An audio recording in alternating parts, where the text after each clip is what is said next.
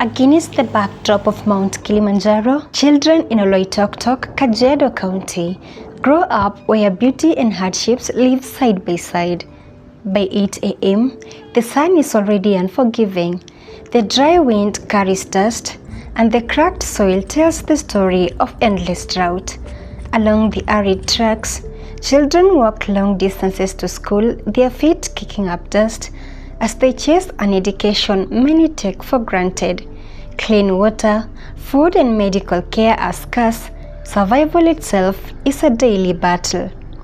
Yet in this tough reality, school remains their beacon of hope. A single hot plate of githeri is often the only meal they'll get and the main reason they push through the heat. Thanks to Ikobora's solar-powered cook stoves, the burden is lightened. Firewood collection is no longer required. Schools now save millions once spent on fuel, money that goes straight into feeding the learners. Solar cooking has reduced smoke, protected the environment, and created a healthier kitchen for cooks. Jace Sayem, the cook at Olmapeno Comprehensive School, who once battled constant smoke and hospital visits, but with solar cook stoves, her health and work have transformed. Nimepitia changamoto sana. Nilikuwa napikia jiko ya kuni, nilianza kupika nje. Nilikuwa nimepitia mengi mabaya, nilikuwa naona moshi inanisumbua, upepo inakuja na beba moto yote. Nilipata shida sana. Nikaja nikapata jiko ya hii suti kwa hapo hivi. Nikaanza kupikia hapo. Nilipika muda mrefu sana na nilipata shida sana. Shida ya macho, kifua, saa yote naumwa. Nikaja nikapikia mpaka bati ilikuja ikatoboka kwa sababu ya hiyo moto. Ikatoboka ikapata vitobo kila mahali. Nikaja nikapata hii jiko, tukapata hii mradi ya hii jiko. Nilipotoka pale kwa kweli nimeona mabadiliko. Nilikuwa napata shida saa yote, mshahara wangu ni kama ilikuwa inaelekea kwenda hospitali tu kila siku. Teachers are also benefiting. At Olmapeno Comprehensive School, GSS teacher Peter Mepokori says solar power now supports phone charging, research and even computer lessons, something rare in remote Kajiado. As you see around here, tuko na computers zinatumia solars ambazo tumepewa na Ekobora. Tunasaidika sana, simu zetu hatuna stima around, so tunatumia kucharge tu bado hapa yote. The Olmapeno Comprehensive School head teacher Silva Saruni says Ekobora's solar cook stoves have transformed learning for their 513 pupils from preschool to JSAs. She further said, before every child had to bring firewood to school daily just to secure lunch. Now, they arrive on time with only their school bags, with no more firewood duties. Performance and attendance have improved significantly. Yeah, this is a day mixed school. We have boys and girls. The school starts from ECD, that is preschool. We have primary and junior school. That's why it's called a comprehensive school, because it has the three parts. That's the ECD, primary and junior. In ECD, we have around 120 learners. In primary, we have 276. In junior school, we have 97. So it's a total of 513. Yes, so it's a big school. Yeah. Okay, before the cooking boilers came in place, we had a little bit a low enrollment as compared to when we started using the boilers, because before we didn't have even enough sufurias to cook for the children, and you know they like coming to school when they know that there is a meal for lunch. So when these boilers came from Ekobora, things have really improved. One, the children do not go and fetch firewood anymore from the bush, and you know when they go to fetch firewood from the bush, they waste a lot of time, class time, and also it's risky because there are animals also and dangerous insects. So now the children just come to school without carrying anything, because before they used to come carrying water and firewood, but now they just come with their school bags. So, and they come to school on time. For now, for the learners, they get food in good time. Because firewood, sometimes when there is, because we had a small kitchen and it was very, very hot for the cook. So when she uses firewood, it becomes damn hot. So she could not cook well because she had complications. She had to go, even the smoke itself is not good for her health. So now things have changed. She cooks, the cook cooks with, she has a very ample time in cooking, no much heat. So the boilers have an insulator, so there is no heat in that room. It's very cool. So she cooks very well without struggling, very comfortably, and the food is cooked on time. According to the Ecobora CEO Justin Abuga, the organization is transforming school kitchens by replacing smoky firewood stoves with clean solar-powered boilers. Founded in 2015, Ecobora manufactures the stoves in Kajiado and installs them in rural schools, helping uplift learning environments by providing reliable, sustainable cooking energy. Business lead of Ecobora company, and Ecobora, we are a Kenyan company, been operating from 2015. And Ecobora, we have an office here in Westlands, and also we have a factory in Kajiado town on your way to Namanga. And so Ecobora, as I mentioned, we do solar cooking for schools. So we manufacture the stoves from scratch to cook for these schools. We install the stoves, we install the solar panels and batteries in these schools, and lastly we train the users how to use these stoves. Yeah, so we do everything across the value chain, from manufacturing, installations, training, and even repair and maintenance of these assets in these schools in Kenya. And we have a permanent staff, 14 permanent staff, 7 of them are women, and also we have 22 temporary staffs. Mostly are based in the factory, and these are Maasai youths and women who help us with the manufacturing process. What is that story behind the start of Ecobora, or experience in life that you thought about starting the company? Starting Ecobora just happened like an accident, to be honest, because 13 years ago we were running a charity organization with my friends. The charity organization was supplying foodstuffs, sanitary ware to children's homes in Nairobi. In one particular moment, during the month of March, we went one home in Dandora Phase 5, and in this home we came with foodstuffs and everything. So we were surprised to learn that these kids have never been fed for the past like 1 week, and yet there was food in the store. So we were very taken aback. So learning more, we discovered that the home could not cook the food in the store because there's no firewood, because it was raining in Nairobi. So, and I remember this homeowner was telling us it's very difficult to collect firewood in Nairobi, let alone when it's raining. So for us, that was like a light bulb moment. And so we asked ourselves, why can't we be different? Instead of bringing clothes and food, why can't we bring and donate energy, LPG or charcoal, and be different from other charity organizations? So we began doing that. And that's now when we begin learning the challenges of getting charcoal in Nairobi to donate.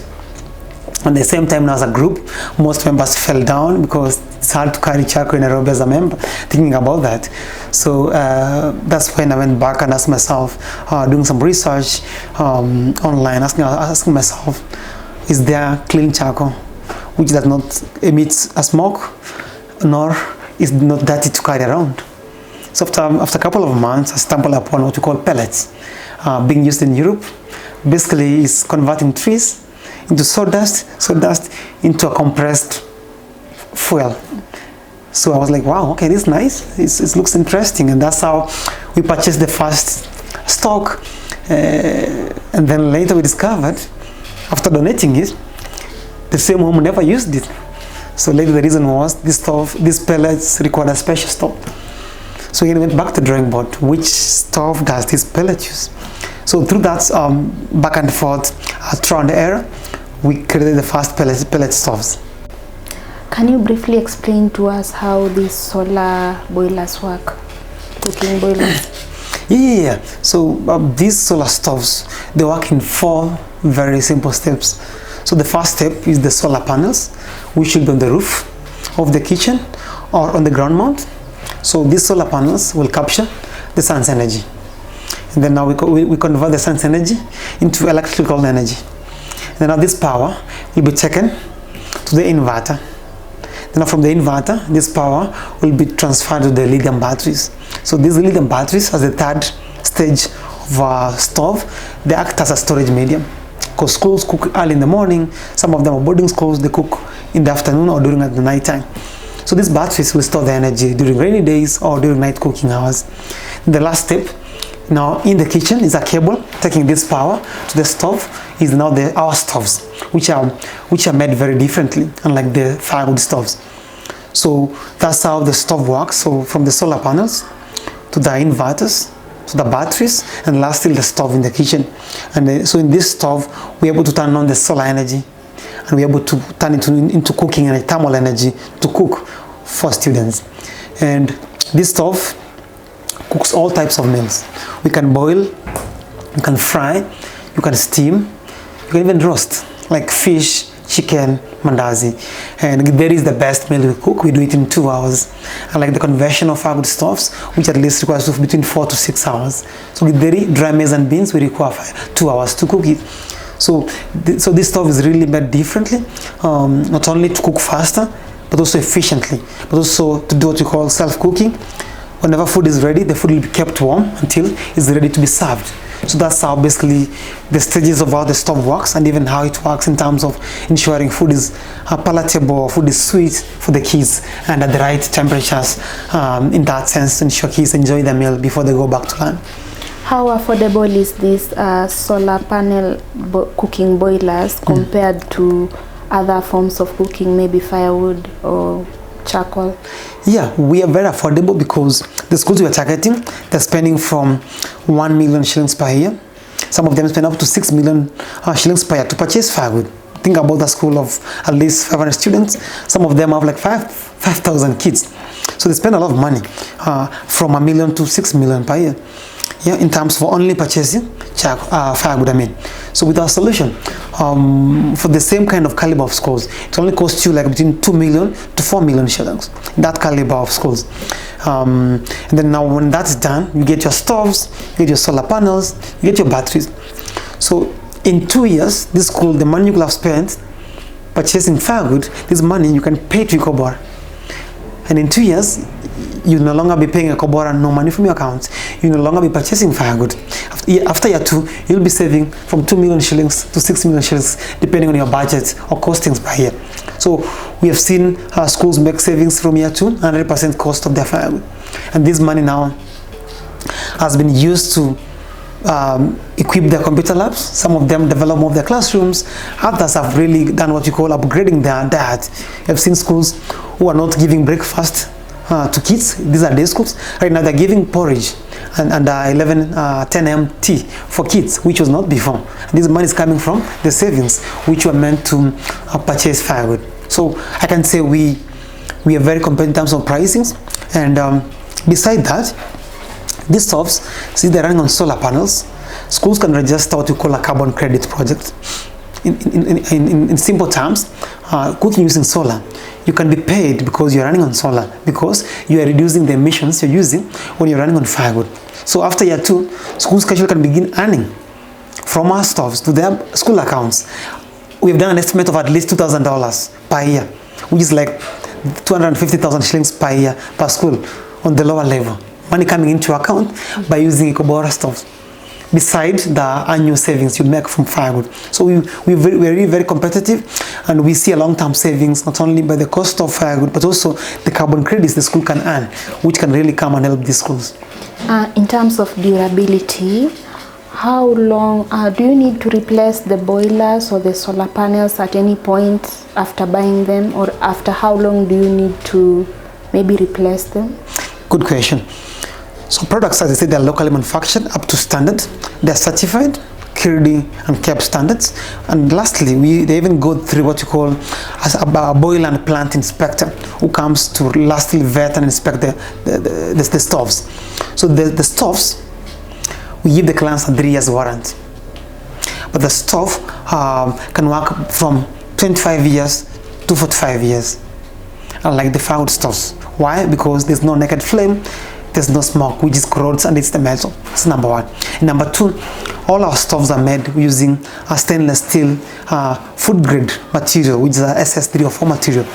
This is not only health in terms of safe to feed kids with, but also the material is very durable against elements like water, corrosions, smoke, and all that in a kitchen environment. That's why our stoves can work at least at 5 years. And after that 5 years, you can reuse the material to another stove. Yeah. And then for the solar panels, inverters and batteries, we give customers 15 years warranty of our products. So that means you are secured for 15 years. In case something happens, we replace or we support you to repair it. So, and we anticipate customers to use these stoves, the solar component, at least for 25 years before replacing the batteries. Yeah, so that's when the half-life of the batteries can be able to reduce. So we think we're giving customers 25 to 45 years worth of their investment. Yeah. What are some of the changes you have seen with schools using solar-powered boilers? Yeah, good question actually. The biggest change you have seen is these schools taking the excess power from our batteries, which is there, to go and power the computer labs. And most of them are day school, some of them have now created a computer lab, because they're trying to see what can we use with this excess energy. That's for us has been the biggest change. We've seen 7 schools do that. There was no computer in the school. Excess energy came from Ecobora stoves. Now they bought computers. They're powering these computers using Ecobora solar energy from the solar cookstove. That's the biggest change we have seen. And number 2 we have seen is some schools, like 16 of them, they have done wiring to their classes. So they're using energy from these stoves to power their classes to ensure they learn early in the morning or late in the evening for the kids to keep on learning. Yeah. And then the other change we have seen is teachers. Teachers have bought electrical stoves, which they've powered using our solar energy to cook for the teachers, because they are cooking for their teachers using firewood. So we've seen that cultural change. Teachers want to go so green in terms of their cooking. They want to have projectors in the offices. They want to have a computer lab for their kids in the school. For us, that's been the biggest in terms of physical change. But beyond that, we have seen kids attendance in school remain constant. Sure, right now we are scattered across 9 counties, from Nairobi to Nairobi region, to the coast region, the western Kenya region, to the northern region, the eastern region, and even Rift Valley. We are 9 counties currently, and we have deployed 22 solar powered stoves to schools across Kenya, whereby currently we are feeding at least 68,000 learners using solar energy currently as we speak in Kenya. The next 2 years, our plan is to target 10,000 schools. These are mostly Catholic schools, church, faith-based schools, which we have seen them easier to adapt, because for them they have a mandate to try and transition into clean cooking. So the plan is in the next 2 to 3 years to target 10,000 schools in Kenya. Then the midterm plan, year 3 to year 5, is to try and branch out to begin servicing the Tanzanian market and the Ugandan market, because currently there's a lot of interest from those markets in terms of institutional solar cooking. Yeah. But now the long-term plan, Ecobora, the plan is to become like an hub, a manufacturing hub of solar stoves, whereby distributors, clients, schools will come to Ecobora, buy stoves from Ecobora. So we manufacture and people distribute, buy and supply from them. So instead of you going to China, you go to Ecobora. I'm speaking about the Western African market, Central, East African market, to come to Ecobora and buy stoves. So the plan is Ecobora to create and have this state-of-the-art manufacturing facility, which can at least make 300 units per month. And the plan is to supply these units to the African market, because we think we understand the needs of these markets, from the food they cook, from the habits, which will ensure that we serve the needs. So that's our plan in terms of manufacturing, but also of the client side. Just to mention, the plan is to try and ensure our clients get a carbon project and beginning getting money by cooking using eco-border stoves. That's really our goal as a company. In 1 minute, what is a parting shot? I think it's a noble thing to advance and uplift communities out of energy poverty. The reason why I think it's a noble thing to do, it's because we can never, ever end poverty without ending energy poverty. So for me, I think that's very important. Thank you, and that's it. Asante.